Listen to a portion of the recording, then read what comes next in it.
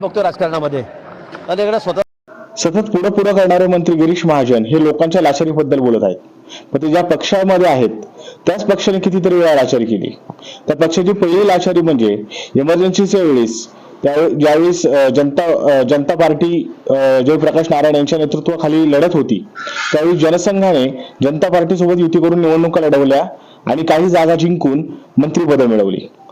पुढे 92ला ज्यावेळेस बाबरी पडली त्यावेळेस बाबरी आम्ही पाडलीच नाही असा कांगावा भाजपने केला.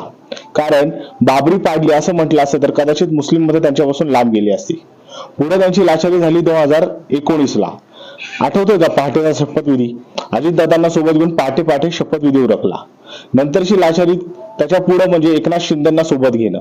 आणि नंतर पुन्हा एक लाचारी केली, ती म्हणजे ज्या अजित पवारांच्या नावाने भाजप खडेफोड होतं त्याच अजित पवारांना आज मांडीवर घेऊन बसलेत. लाचारी करण्यात भारतीय जनता पक्षाचा नंबर